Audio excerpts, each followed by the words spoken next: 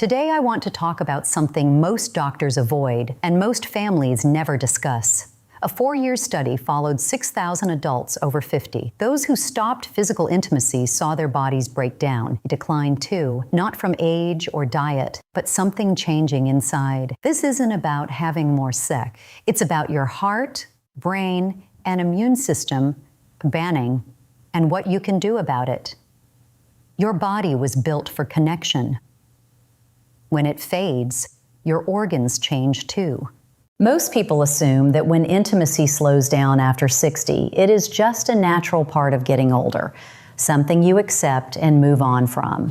But researchers at the English Longitudinal Study of Aging decided to actually measure what happens to the body when physical closeness fades, and what they found changes everything we thought we knew. They tracked 5,772 men and women for 4 years, not asking them about their diets or their exercise habits, but about their intimate lives. And the results were uncomfortable because the people whose intimacy declined were getting sicker in ways that had nothing to do with aging itself. Let me start with something your cardiologist probably never connected to your relationship status. Let us start with the organ that surprises most people, your heart. Every time your body experiences physical closeness, whether that is sexual activity, prolonged embrace, or even skin-to-skin contact, something happens inside your arteries. A molecule called nitric oxide gets released, and its job is simple but critical. It keeps the walls of your blood vessels soft and flexible. Think of it like this: a rubber band that gets stretched regularly stays elastic for years, but leave it sitting in a drawer untouched, and eventually it becomes stiff and snaps. A landmark study from the National Social Life, Health, and Aging Project followed over 2,000 adults aged 57 to 85 and found that women who reported satisfying physical intimacy had measurably lower cardiovascular risk than those who did not. The mechanism is real. Regular physical closeness enhances something called endothelial nitric oxide synthase, which is the enzyme that keeps your arteries from hardening prematurely. Now this next part is going to surprise you today, because it contradicts almost everything you have heard about this topic.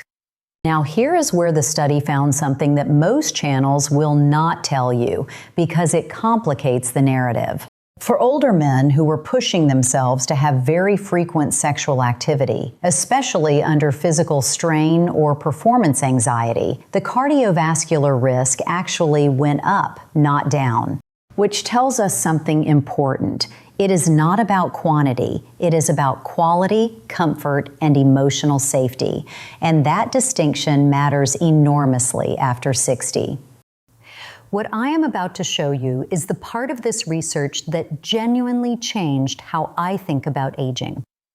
Now let us move to the organ that shocked researchers the most, your brain.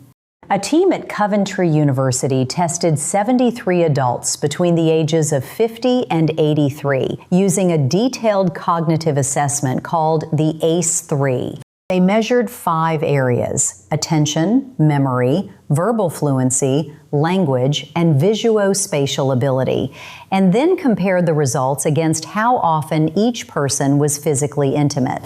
The people who reported weekly intimacy consistently scored higher, particularly in verbal fluency and visuospatial tasks, both of which depend heavily on executive function. But the proposed mechanism is dopamine, the same neurotransmitter your brain uses for motivation, focus, and working memory. And physical intimacy is one of the most powerful natural triggers for its release. And there is more. The Kinsey Institute confirmed that frequent physical closeness is linked to better memory performance across age groups. And a Penn State study from 2024 found that low sexual satisfaction in middle age was an early warning sign for cognitive decline years later. I need to pause here because I know some of you are already worried that this does not apply to your situation. Please stay with me. Now I know what some of you are thinking. What about people who have lost their partner or whose health does not allow for sexual activity? Does this mean their brain is doomed? Absolutely not. And I will come back to that with specific alternatives before this video ends. But first, we need to talk about what happens to your immune system. Your immune system has a secret weapon that most people over 60 have never heard of, Tayo, and it is directly connected to human touch. Researchers at Wilkes University measured levels of an antibody called immunoglobulin A, or IgA, which is your body's first line of defense against colds, flu, and respiratory infections. They 30%. That is not a subtle difference. That is the difference between catching every cold that comes through your house and having the immune strength to fight it off before symptoms even appear. For someone over 60 whose immune system is already naturally declining, that 30% buffer is not a luxury, it is a lifeline. And it connects directly to something your body produces during moments of closeness that most people have heard of, but very few understand properly: oxytocin. If you watched our previous videos on visceral fat and cortisol per molar, this is where everything connects. Oxytocin is not just the bonding hormone. It is a direct biological counterweight to cortisol, the stress hormone that we have talked about in our previous videos. When you hold someone, when there is warmth and trust and physical contact, oxytocin floods your system, and it physically lowers cortisol levels in your blood. Now, remember what cortisol does when it stays elevated. It drives visceral fat storage around your organs. It raises blood sugar. It suppresses immune function, and it disrupts your sleep. So when physical closeness disappears, the oxytocin buffer goes with it, and cortisol gets a free pass to stay elevated day after day, week after week, month after month. That is not theory.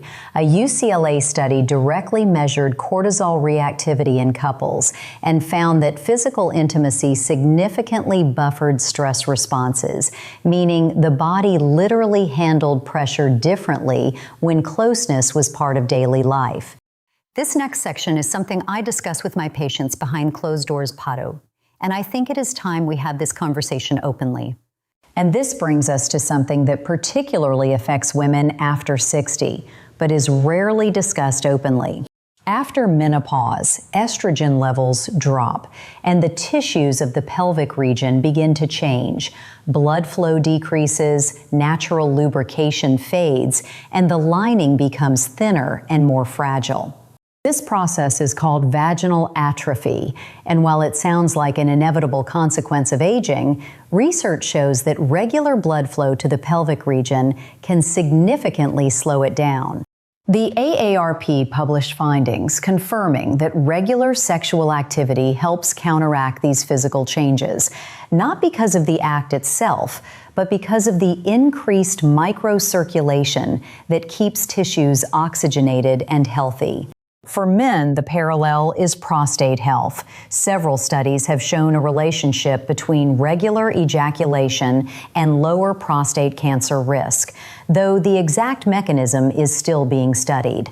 And for both men and women, the pelvic floor muscles weaken with disuse, which leads to bladder control issues, lower back pain, and reduced core stability, problems that millions of seniors attribute to aging, when they may actually be connected to something else entirely. So let me now bring all of this together, because the picture is bigger than any single organ. Now I want you to see the full picture, because when you understand what happens to every system at once, you will understand why this matters so much. When physical intimacy disappears from your life, it is not one thing that changes. It is a cascade. Arteries stiffen, dopamine drops, IgA declines, cortisol rises, tissues thin, muscles weaken, and cognitive function quietly fades. And the cruelest part, none of these changes announce themselves. There is no alarm, no pain, no obvious symptom. They simply accumulate in silence until one day you notice you feel older than you should. The English longitudinal study put hard numbers to this.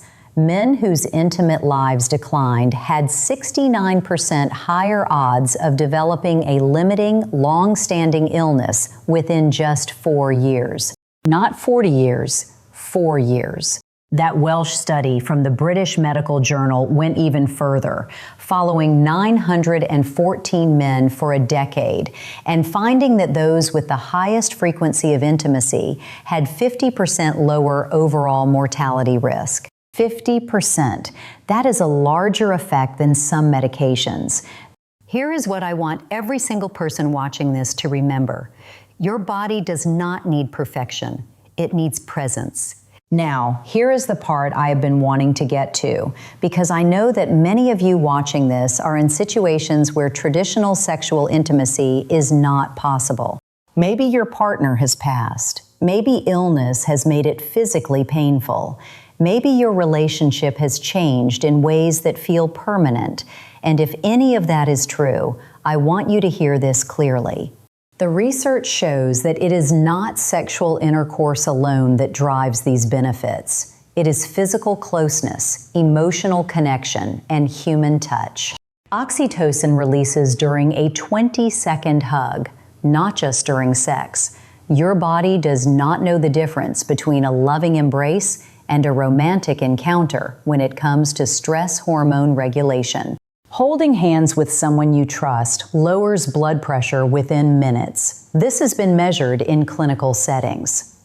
Gentle pelvic floor exercises, simple ones you can do sitting in a chair, maintain the muscle tone and circulation that your body needs, regardless of whether you have a partner. So the point is not that you must find a way to have sex. The point is that your body has a biological need for closeness, touch, and connection, and there are many ways to meet that need. What the research warns us about is not the absence of sex, it is the absence of all physical closeness, the total withdrawal from human touch. That is where the real danger begins.